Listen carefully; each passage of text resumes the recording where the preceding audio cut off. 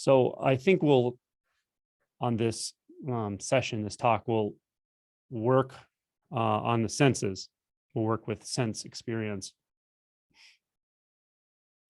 And I will just give a few sort of pointers as far as how to approach this in a way that is fresh.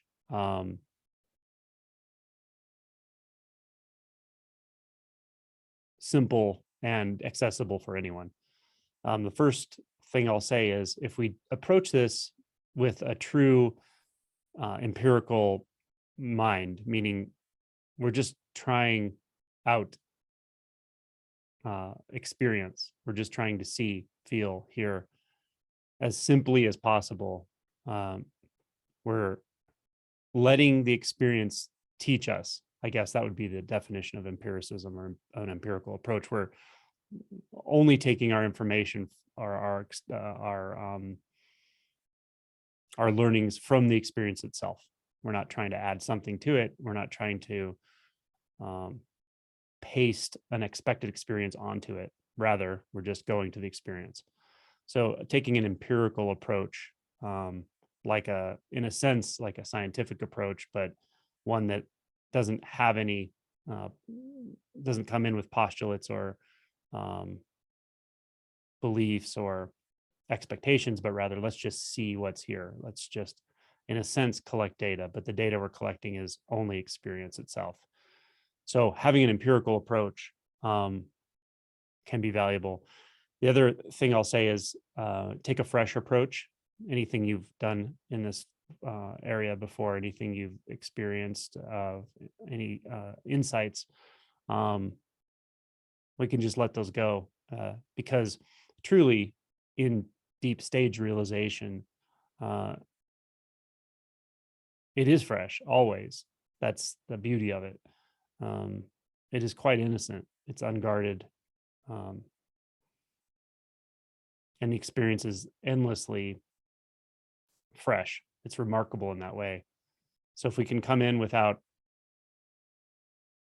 even our own expectations from experience and just see what happens.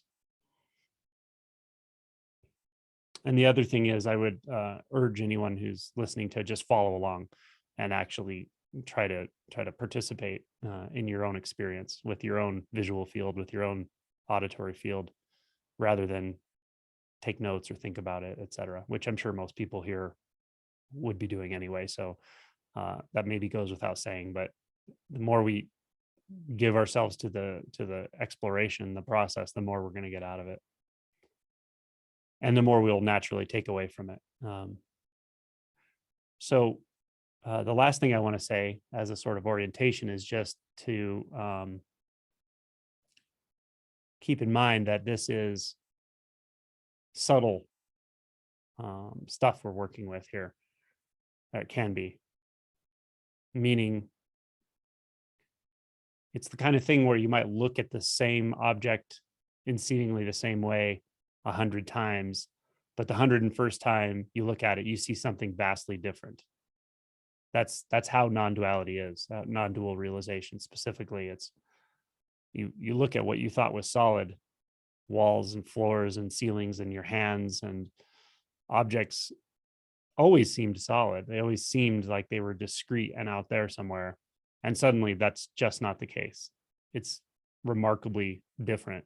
And so understand that the difference between solidity and non-solidity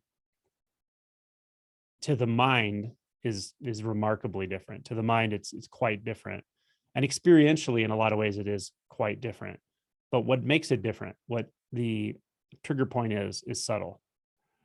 The overlay that makes things seem solid, discrete, more or less important, distant from your point of view, is actually quite subtle. It's a subtle thought, a subtle mental overlay. So just know that we're working in the subtle realm here, and the best approach to that is to start with a somewhat of a calm mind and a calm body. So after meditating, or after having meditated a few rounds, is a very good time to work with this stuff. Maybe that's why I chose to do it today, because we've sort of cultivated this this group samadhi. So let's begin with sound. Now, you can have your eyes open or closed, whatever feels most natural for you. But if you would just take in the sound.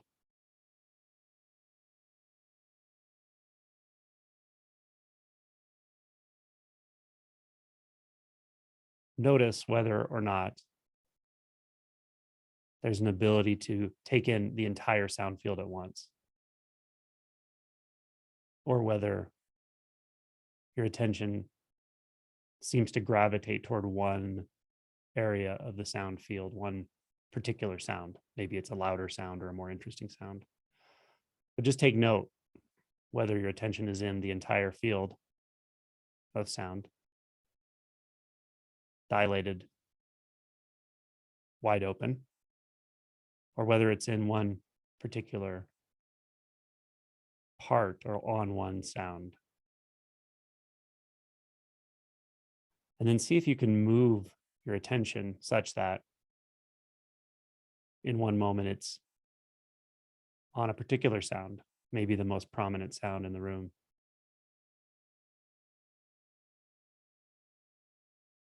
And then feel what it's like when you slightly adjust your attention so that it's in all sounds in the room.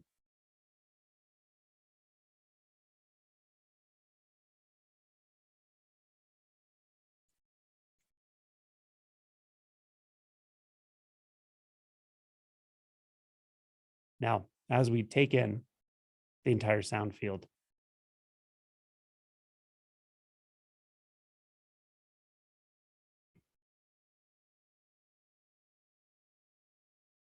do you notice how there's less of a need for any sort of discrete labels, even subtle labels?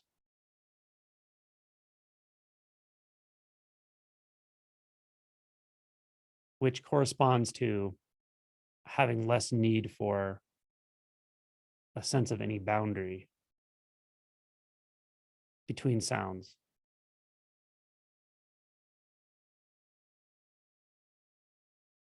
It's as if one sound bleeds into another sound and into the entire sound field.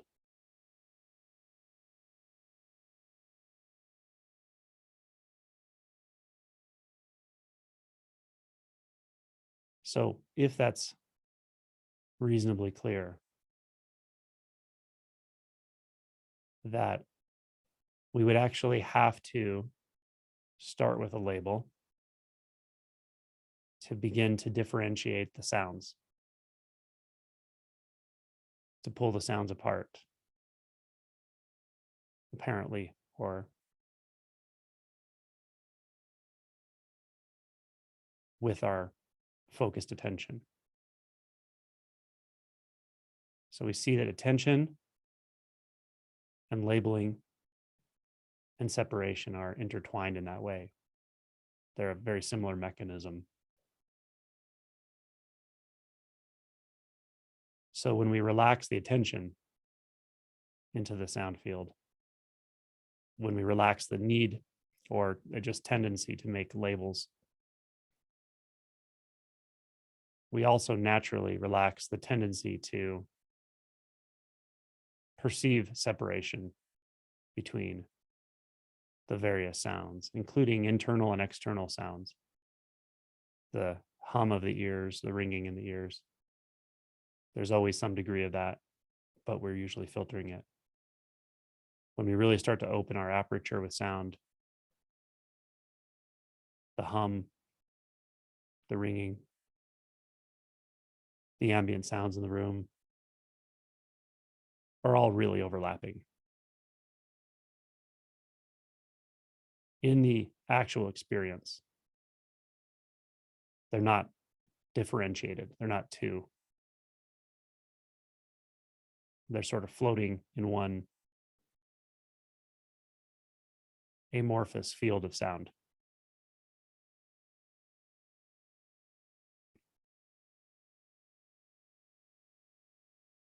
So we don't need to label this experience. The practice of this is its own insight. There's not much to it, and that's okay. We can simply be the listening, be the sound, just sound.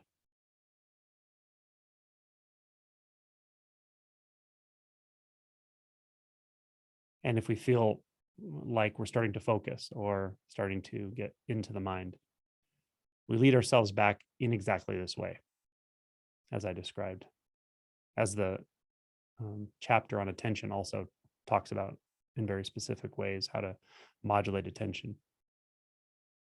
So when we come to this place where the aperture of attention is wide open,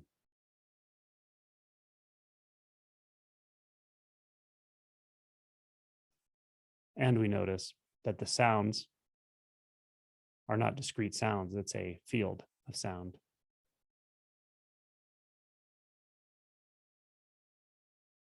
We also notice, and this is an even more subtle layer of processing, we also notice we don't have to do hearing. Hearing is not a separate faculty from this experience. We learned at some point about the thought and the understanding of hearing, but in this moment, in this experience, with the entire sound field just as it is, there's not a faculty called hearing that we need to wield for this to be here. We're not applying something called hearing to this experience. We might think we are, but before, for instance, I started talking about this, we may not have even been considering that there's someone hearing. So the hearing, the sound, the amorphous primary experience that doesn't even have to be called sound are all one.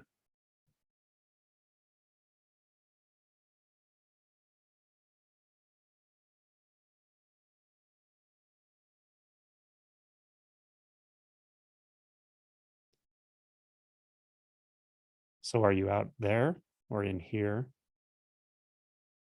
or both or neither? The answer is the sound. Just what's heard.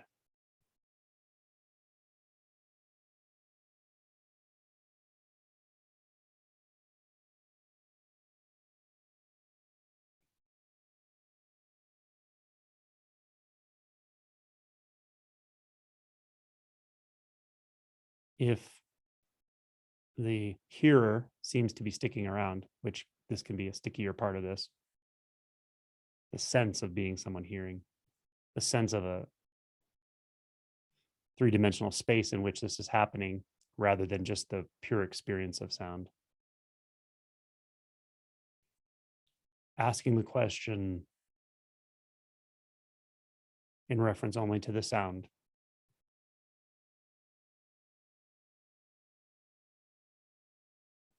What is this like without a subject? Subject being the subjective pole or me. What is this like without a hearer?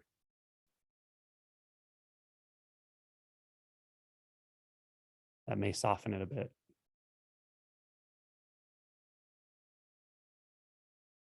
Clarify the experience.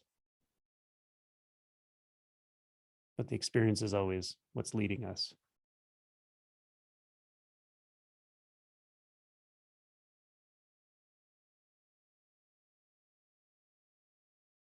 Now, remaining with our attention in this and as this sound field,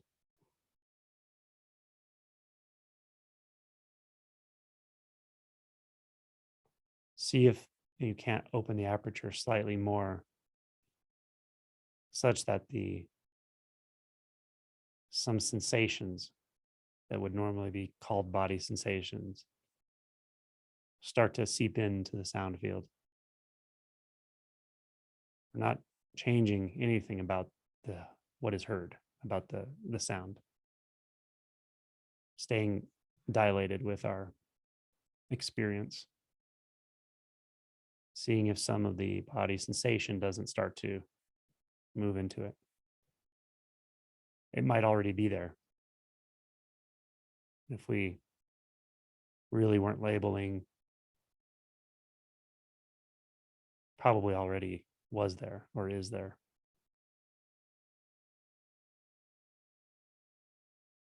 So now we're investigating whether the aperture can be so wide open that sensations, what we would typically call sensations in the chest, the face, the head, the shoulders, can become indistinguishable from the sound field.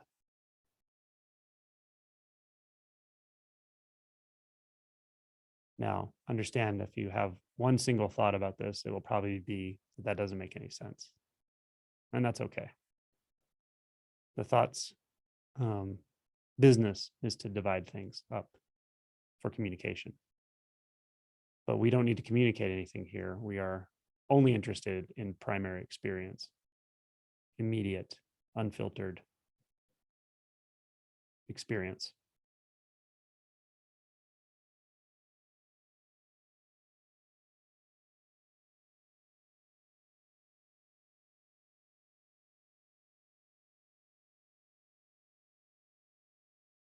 So the allowance for an even more dilated, open, porous sense apparatus. Now allowing all sensation, all body sensation, whether it's in the toes,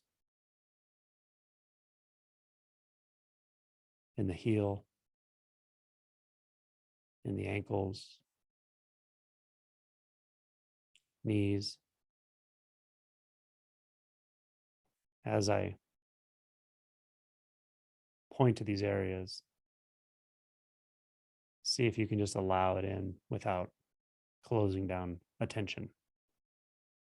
Just bring in that experience. Let it show itself. The thighs, pelvis, abdomen. Now we're talking about the skin surface and the innermost sensations, the visceral sensations, intermingling.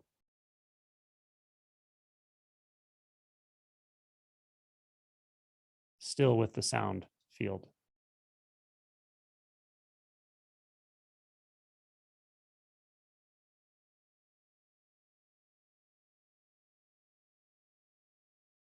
It may feel like a slow mixing of the experiences, or spreading out and in. But it's just an experiment in sensation. What's actually here before we label it and divide it into sound and sensation.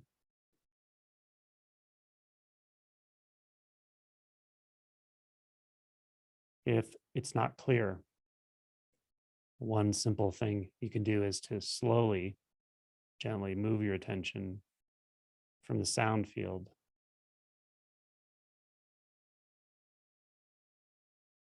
to the sensation field, body sensation cloud.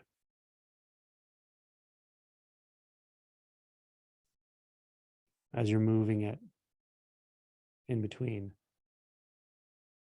Do you find a dividing line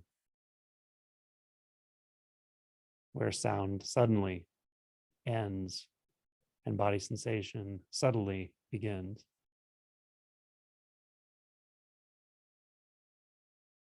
Or do you find overlap, admixture, coalescence?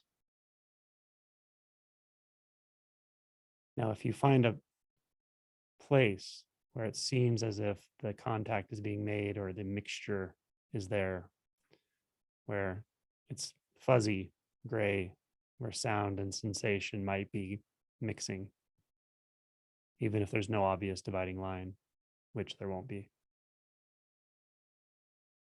See if you can let your attention remain there.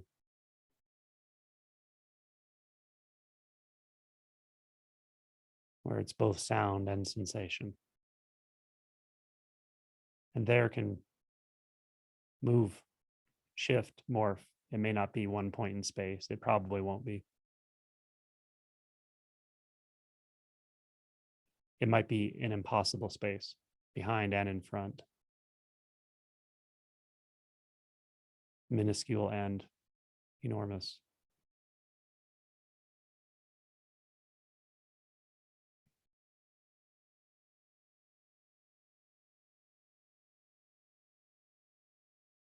So notice the sensations in the space of the chest, shoulders,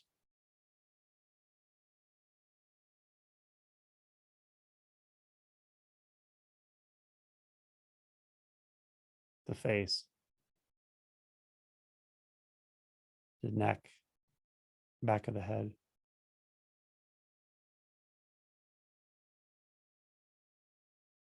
Notice the sensations in the raw data form. Might feel like points in space or a cloud. And see if there's any overlapping mental image of a part of the body, the back of the head, even a vague image of the body in space. See that that is similarly nebulous, made out of thoughts, made out of consciousness.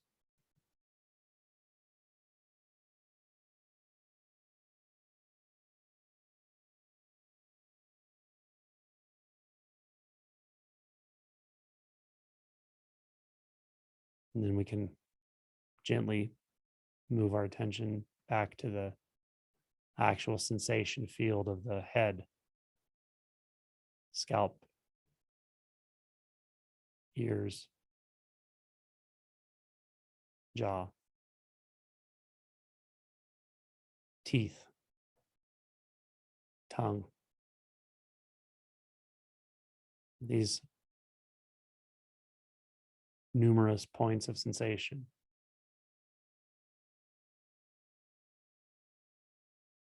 Maybe expanding outward, coalescing, coming in contact with the sound field, coming in contact with the other body sensation as one field, intermixing in various ways.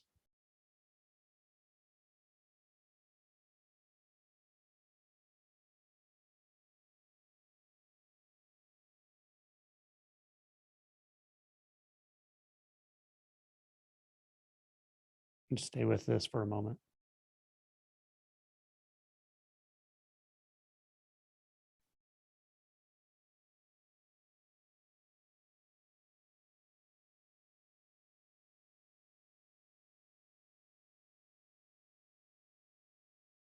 The only thing we've come here for is raw sensory data.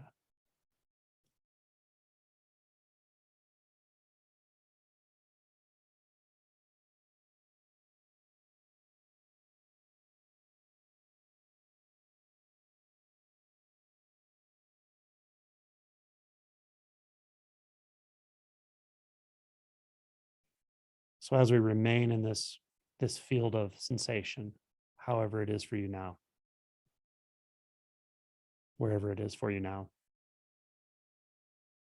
we can ask ourselves of the experience and only the experience, is there a perceiver of this? And if so, where?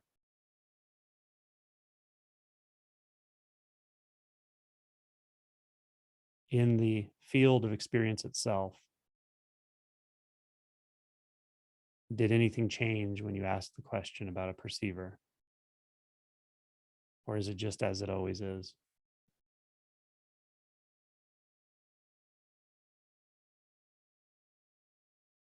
If something changed, it's often some thoughts grabbed attention that says there must be a perceiver, or of course there's a perceiver.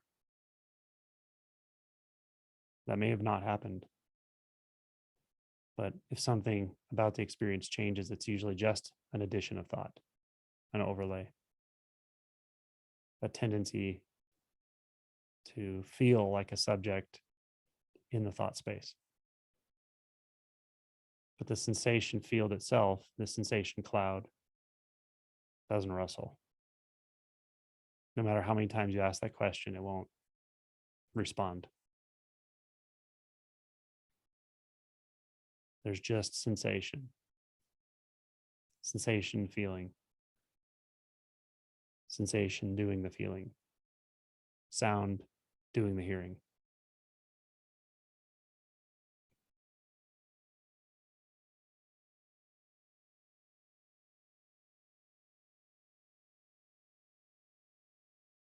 This was endlessly fascinating to us when we were infants, toddlers, small children. We started to become more interested in the internal world, but we still had a lot of access to the purity of immediate experience. But as the identity was built on top of the experience itself didn't change. The appearance, the sound, sensation, it's just the same as it always has been. It has never been lost. This is why innocence has never been lost.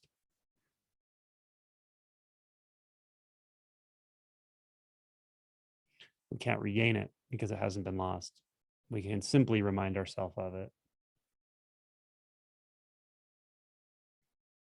And at some point, it takes perhaps even some frequent reminding once we have this ability to come into contact with direct experience. We have to really investigate closely. Is there actually a subject here? Is there an object out there? What is it about the sensation or the sound field, the raw data, that compels me to believe that it's something out there and I'm something in here? Can I actually find that data in the sound? Can I find that information or reference point in the sensation?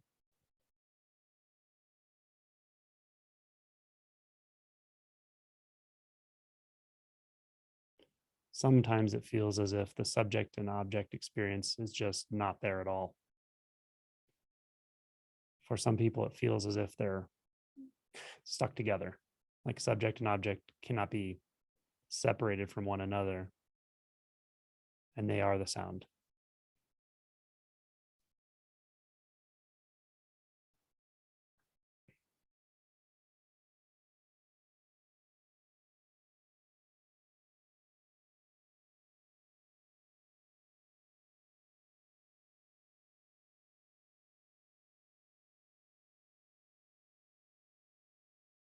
So is there a hearer of this sound? Something receiving or something causing the sound? Referencing only the sound? for the answer.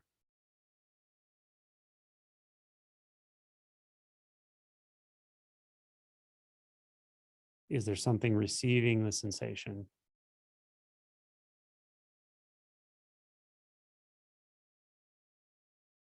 and something making or creating the sensation? Or is that just all a bunch of afterthought that we learned at some point?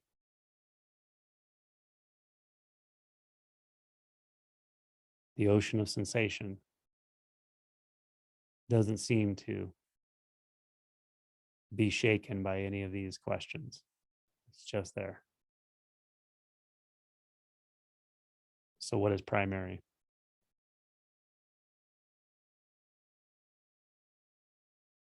The overlay of the experiencer or the experience, the sound, the sensation, the feeling of this now.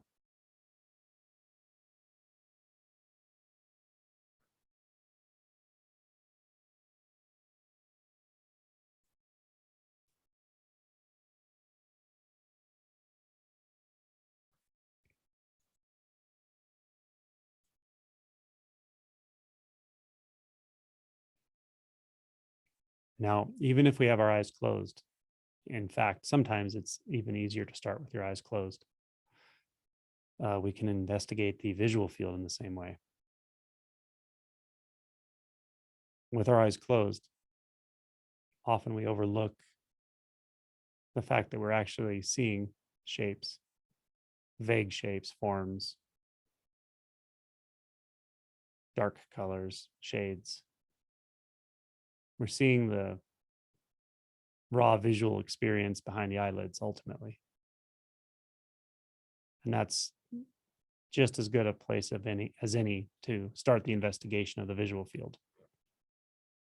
Similar to sound, if you listen very closely, it starts to almost pixelate. There's some paradoxical nature to sound. It seems to sort of be moving, seems to sort of be still, seems to have the obvious quality of sound and also a certain silence to it. Similarly, when we just notice the visual field with the eyes closed, it's a vague field of subdued colors, blunted forms, but it's definitely there. If we look close, we also see those little pixelated points. Some people perceive this as visual snow. Technical term would be phosphenes, shapes, little points of light behind the eyes, behind the eyelids. Sometimes we have to really remind ourselves that that's there because our filtering mind is good at filtering a lot out, deemed unimportant. But when we start to investigate the visual experience in the same way that we can investigate the sound experience and the sensation field of the body, we start to notice those points.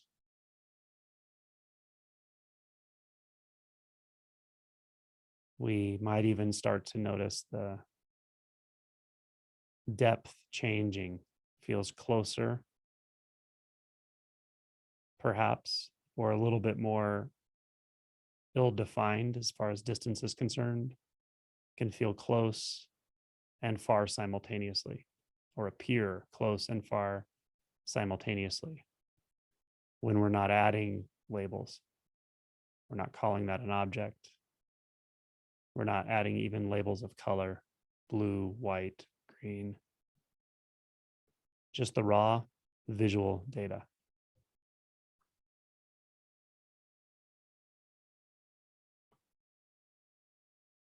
As we take that in, in the same way we've been taking sound and sensation in, which is sort of with an open aperture, not trying to divide it up, label it.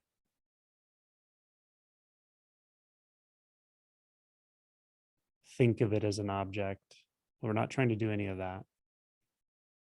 Then where is our information coming from that visual experience is somewhere in space, is either out there or in here? We learned that at some point. We learned what outside and inside mean. And that means it's a thought overlay. So when we take in the visual experience and we ask ourselves, what is this? How is this? Without a thought saying inside, outside. Without a thought saying near and far. In just the raw visual data, is it giving us a clue about near and far before we think about it? Where is that indicator? Where is that information? This can get strange, by the way. It can really cause distortions in your perception if you're not used to it. So just be aware that that's okay. I've had more than one situation where I've pointed to this in a very direct way like this. And afterward, even a day later at a retreat, someone will come and ask me, be like, I'm having the weirdest experiences, like the distances are weird and shapes and things are feeling really distorted. And I say, that's what I'm pointing to. And even though I've been talking about it, the person is often surprised because they just didn't think that's what I was talking about. So when it first hits you, if you're not used to it, it can feel very bizarre in a way, different, distorting. When you stop experiencing yourself in a body looking out at a world and you suddenly are kind of out in the world, it's just a very strange experience. But the good news is you will get used to it. So be open to even bizarre changes and shifts in your perception when you're doing this kind of contemplation.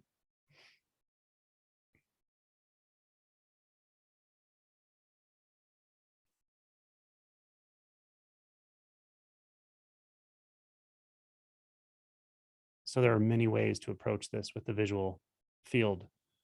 You can look at something that seems to have an edge to it, something that looks, say, blue on one side and white on the other, and just take it in, take that visual information in for a moment without thinking about it.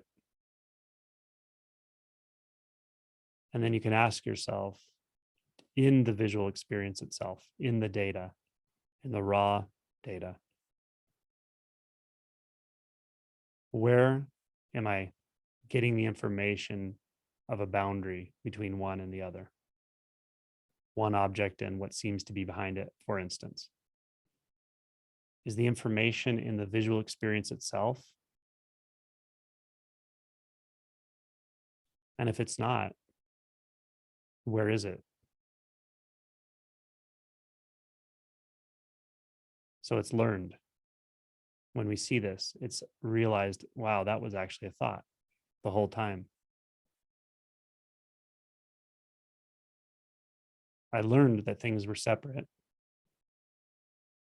and that visual arrangement gives me the information of where the separation occurs. But that learning was an overlay. It's not actually in the visual field. It's not in the scene.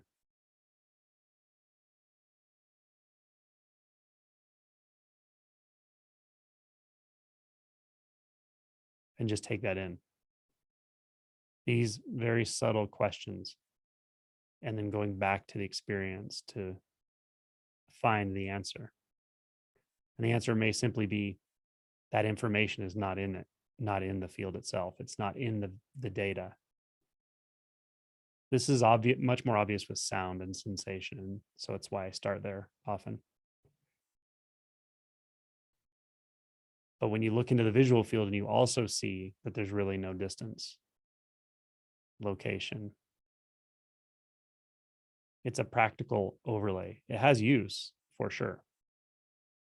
In fact, we almost certainly have to learn this to function. But when we start to deconstruct identity or look closely into experience, we will actually find something very surprising about this. That we don't have to overlay a sense of a self apart from experience, or even a separation of a subject here and an object out there to function. And that we don't find that until the mind gets involved.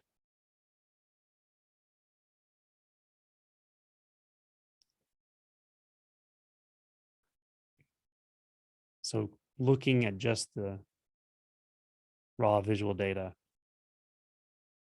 is that near or is that far? And what am I referencing?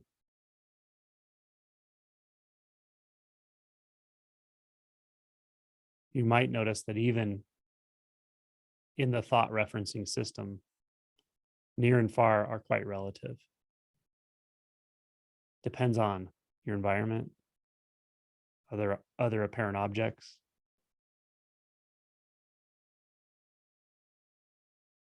So all of those relationships are managed by thought. But when we look at what's actually here, those relationships don't exist because separation doesn't exist. Distance doesn't exist.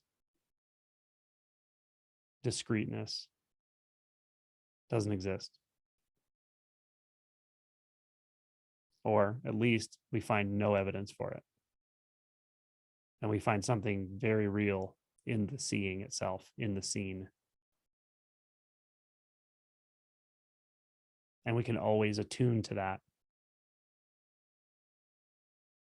A Buddhist term for it might be luminosity or radiance of the experience itself.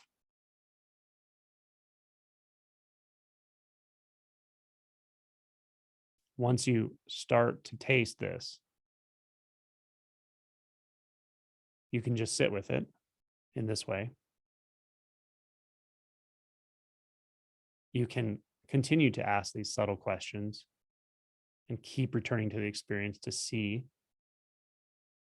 what you actually find, whether you find a subject and an object, whether you find a relationship, whether you find an in here and an out there. And when it becomes more clear, often you can just carry it, get up off the mat, and it's still there. Start to do the dishes, it's still just that way. Thoughts can still happen. Body can move and respond to the environment. But what you're seeing is in front and behind, far and near, and none of those. It's not bound by definition, by location, by solidity, by distance. So this is that place where it's sort of allowing or attuning to a subtlety in the environment until the subtlety is not so subtle. And you can always lead yourself back to it with these types of questions. You can do this while you're meditating, or you can simply just do it while you're sitting on your couch or laying in bed, looking at any object. And you never know when it's really going to flip over. So even if it feels frustrating at times, for many people, it will just suddenly flip. Angelo, Yes. sorry, 10-minute mark. Okay, perfect. I'm actually going to finish up. So that's all I have for the moment. When we do Q&A today, since we've had so many hands and I've had trouble getting to everyone, let's please not put our hands up until at least until we start the round. And I'll start I'll say a few words, and then we can put our hands up. I'll just give us a cue to do that. So really just so that it's fair for people. Because if someone shows up an hour early and puts their hand up, then it's a little bit unfair for anyone who is not there. So if you don't mind, just wait to put the hands up. I think the Google Docs looks good. A couple people have asked, but I looked through it and it seems okay. It still seems intact. So um, anyway, I think that's all for the moment. Thank you, everyone. You're welcome.